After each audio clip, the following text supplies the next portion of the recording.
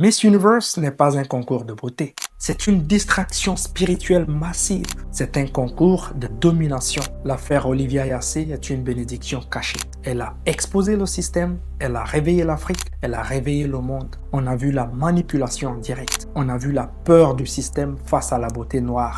On a vu comment ils veulent nous faire croire que nous ne sommes pas assez. Parfois, le monde croit qu'il assiste à un simple concours de beauté, une scène avec des paillettes, des sourires, des caméras. Mais en réalité, ces concours Miss Universe, Miss Monde, Miss Earth, c'est tout sauf de la beauté. C'est un système construit pour formater, contrôler, influencer et surtout diviser. Hier encore, avec l'histoire d'Olivia Yassé, la Miss ivoirienne que tout le continent africain, pas que, considérée comme la vraie gagnante, le monde a vu la vérité.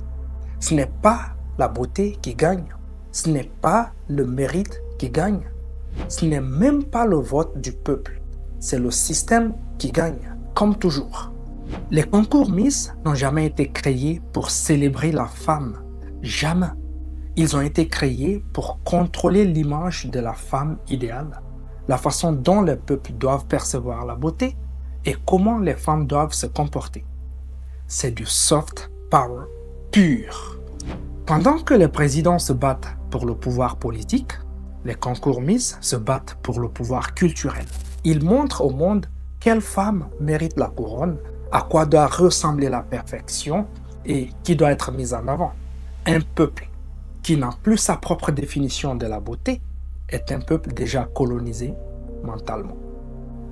Derrière chaque concours Miss se cachent des sponsors milliardaires, des lobbies politiques, des agendas géopolitiques, des élites médiatiques et des critères invisibles décidés à l'avance.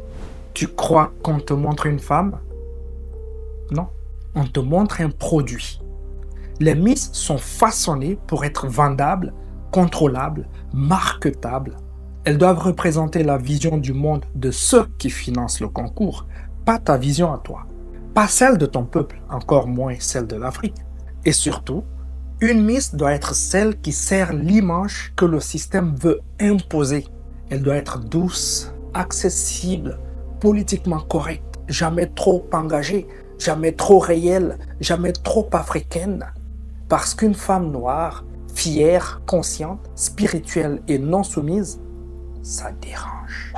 Hier, le monde entier a vu une injustice en direct. Olivia Yassé, symbole de la Côte d'Ivoire, une femme belle, intelligente, cultivée, charismatique, éloquente. Une femme noire qui brille naturellement, sans forcer. Les votes du public, parfait. Les réactions, massives. Les critiques professionnelles, unanimement positives. Tout le monde pensait qu'elle avait gagné. Je dis bien tout le monde. Mais le système a décidé autre chose. Pourquoi? Parce que la beauté noire, quand elle excelle, elle fait peur. Elle dérange l'ordre établi. Elle casse les standards imposés. Le système ne veut pas donner une couronne mondiale à une femme noire qui peut réveiller la fierté de millions de jeunes filles sur le continent africain. Le système préfère une gagnante qui sert ses intérêts, pas une gagnante qui élève un peuple. Tu crois que c'est le jury qui décide? Non. Tu crois que ce sont les votes? Non. Dans les coulisses, les gagnantes sont souvent choisies avant la soirée. C'est du marketing, pas un concours. Voici les facteurs qui influencent vraiment. Facteur numéro 1, les sponsors. Les concours Miss coûtent des millions. Scènes, lumière, caméras, tournées internationales, marketing. Tout cela n'est pas payé par la beauté des Miss. C'est payé par les sponsors. Et un sponsor n'est pas philanthropique.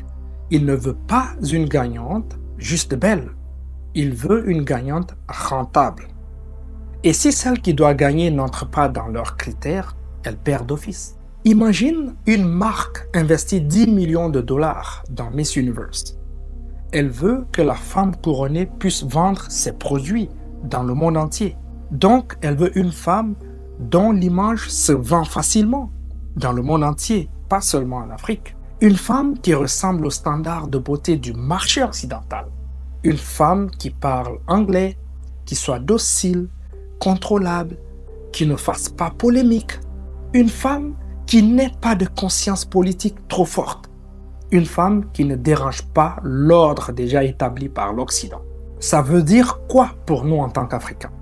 Ça veut dire qu'une femme noire trop charismatique, trop authentique, trop indépendante ne convient pas au business. Et c'est là que l'histoire d'Olivia Yassé fait mal. Elle était trop africaine, trop vraie, trop solaire, trop inspirante. Et ça, pour certains sponsors, ce n'est pas rentable. Facteur numéro 2, la géopolitique. Une Miss est un message politique. Derrière Miss Universe, il n'y a pas que le maquillage et des robes. Il y a des gouvernements, des ambassades, des alliances internationales. Une Miss n'est pas seulement une femme, c'est une ambassadrice mondiale. Et si tout un continent se lève pour soutenir une candidate noire et que la candidate gagne, ça change les rapports de force. Ça donne un pouvoir à l'Afrique, un pouvoir culturel bien sûr. Et ça, le système ne veut pas. Facteur numéro 3, les médias occidentaux. Ce sont les médias occidentaux qui valident ou détruisent une image. La gagnante doit plaire aux médias occidentaux, car ce sont eux qui font tourner la machine. Si les grands médias refusent de mettre une femme africaine en couverture, si le talk shows la boycottent, si les magazines ne veulent pas d'elle, le business s'effondre. Et tu sais comment les médias fonctionnent. Ils poussent une femme tant qu'elle correspond à l'image qu'ils veulent vendre. Mais une femme noire, fière de ses racines, avec un style, un port, un charisme qui ne s'aligne pas avec leurs standards, ils peinent à la vendre à leurs audiences. Alors, ils préfèrent une candidate plus neutre, plus standardisée, plus proche du moule. Voilà pourquoi, même si le public voyait clairement Olivia Yassé comme la gagnante, les médias, eux, savaient déjà quelle histoire ils allaient raconter, quelle tête serait sur les affiches et qui ferait vendre leur magazine. À la fin, ce n'est pas la beauté qui gagne, ce n'est pas le talent, ce n'est pas l'authenticité, c'est le choix qui arrange les intérêts des puissants.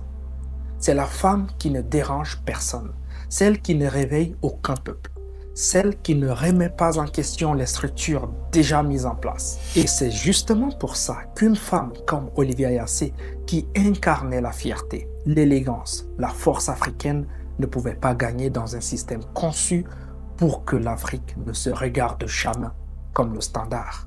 Voilà la vérité, simple, claire et cruelle. Tu crois que c'est un concours? Non, c'est un rituel moderne, une scène gigantesque, des millions de spectateurs, un symbole, la couronne. La couronne, c'est le pouvoir. Et c'est lui qui donne la couronne, donne aussi l'autorité morale. C'est un message subliminal. On décide de ce qu'est la beauté, on décide de ce qu'est la valeur, on décide de ce qu'est la femme idéale. C'est une programmation collective, un lavage de cerveau doux, une manière d'endormir le peuple. Pendant que tu regardes les Miss, tu ne regardes plus les vrais problèmes. Tu oublies la politique, tu oublies l'économie, tu oublies la souveraineté. C'est une distraction spirituelle massive. L'affaire Olivia Yassé est une bénédiction cachée. Elle a exposé le système, elle a réveillé l'Afrique, elle a réveillé le monde. On a vu la manipulation en direct. On a vu la peur du système face à la beauté noire. On a vu comment ils veulent nous faire croire que nous ne sommes pas assez. Mais aujourd'hui, les Africains ne sont plus spectateurs. Nous sommes des observateurs et bientôt des créateurs. Parce que tant qu'on regarde leur concours, on restera sous leur pouvoir. Mais le jour où l'Afrique créera son propre concours, avec ses critères, ses valeurs, sa beauté, alors le monde verra que la lumière ne vient pas de la couronne, elle vient du peuple. Miss Universe n'est pas un concours de beauté, c'est un concours de domination. Olivia Yassé n'a pas perdu, c'est eux qui ont perdu, parce que le monde a enfin vu leur jeu. Et si tu veux vraiment t'éveiller, arrête de croire à leur couronne, crée la tienne, crée ta lumière, crée ton propre univers.